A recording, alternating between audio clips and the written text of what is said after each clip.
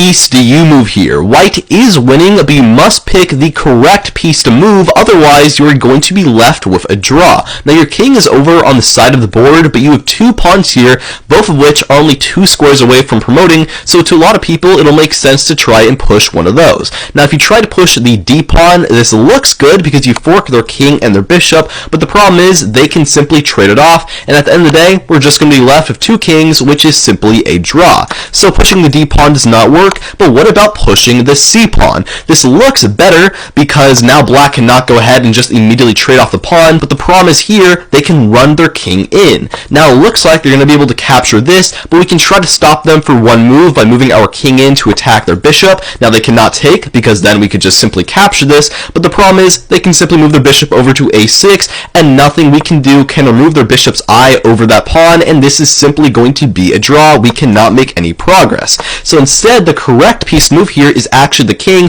but now we have the question, where do we move the king? Well, the move that makes the most sense here would likely be moving over to b8 to attack this bishop, but the problem is black can move their king over to defend that bishop, and we actually cannot really make any progress here. If we try moving to d7 to go ahead and attack that bishop, once again here they can just trade it off, and this is once again just going to be a draw. And if we try moving the c pawn instead, yes, we do get this check, but after black moves away, this is essentially the same position we had earlier. We're forced to run our king away though, and now they can capture this, they can capture that pawn in the next move, and yeah, this is just going to be a draw.